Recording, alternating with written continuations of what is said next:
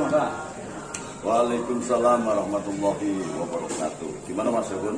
Alhamdulillah Pak. Mau tanya sedikit tentang sejarah terbentuknya FPI. Banyak orang tidak tahu FPI itu awal mulanya seperti apa, sehingga yang tahu itu besar seperti ini dan membuat kisruh di negeri. Seperti apa Pak menurut Bapak?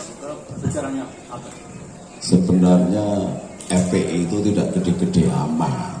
Gede-gede itu karena didorong oleh kampanye dan dorongan media massa yang serta medsos yang masif, ditambah dengan akun-akun robot dari Wahabi yang dimiliki oleh HTI dan kelompok-kelompok takfiri atau salafi itu, sehingga nampak seolah-olah besar, tapi gerakannya mana?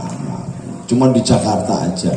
Dan di Jakarta itu sesungguhnya kenapa dibutuhkan FPI? Karena untuk kamuflase. Jadi FPI disetting untuk melakukan keributan-keributan, keresahan-keresahan, kemudian ditunggangi satu kelompok yang gila kekuasaan. Intinya itu ya.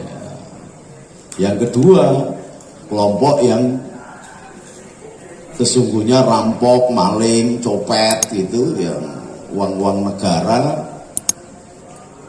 supaya tidak muncul di permukaan.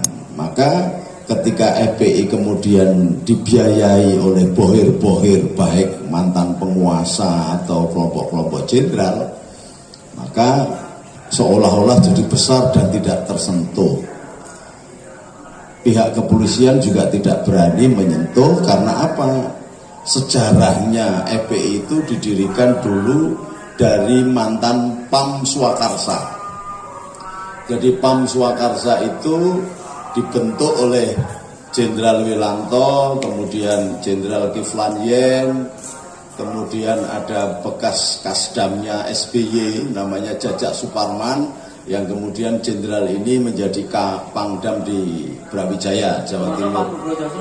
Kemudian dari Kapolda, mantan Kapolda yaitu Mas Nugroho Jayusman, yang kemudian dari Kapolda Jawa Tengah menjadi Kapolda Metro Jaya.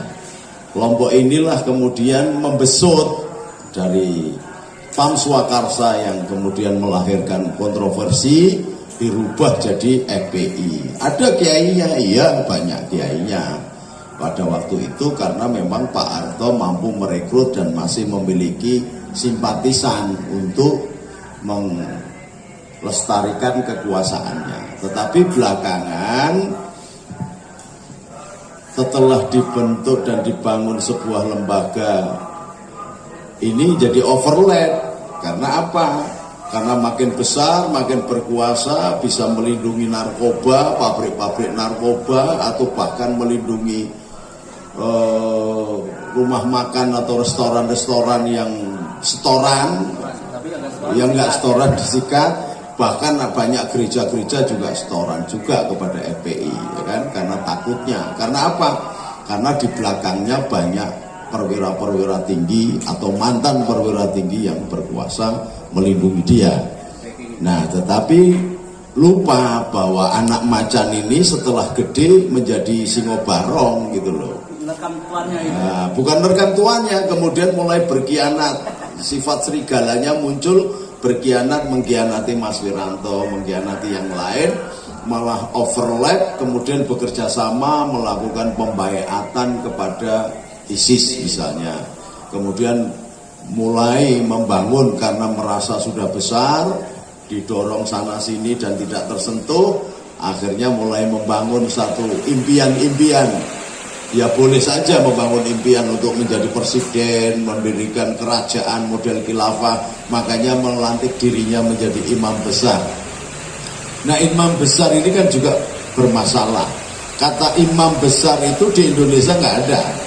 Kalau merujuk di dunia internasional, maka julukan imam itu hanya kepada pemimpin madhab. Jadi Imam Nawawi, Hambali, Hanafi, Maliki itu boleh, atau justru menjadi lambang pemimpin kelompok Syiah. Nah kalau Sunni biasanya memanggilnya Amir, tapi sama saja sih sebenarnya. Tapi istilah imam itu adalah hak patennya Syiah. Nah kalau Rizik Syihab kemarin mengaku sebagai imam besar, tapi ternyata dia mengaku Sunni, nah ini nggak karuan. Dia menyesatkan Syiah, tapi dia pakai jabatan imamnya, gitu loh.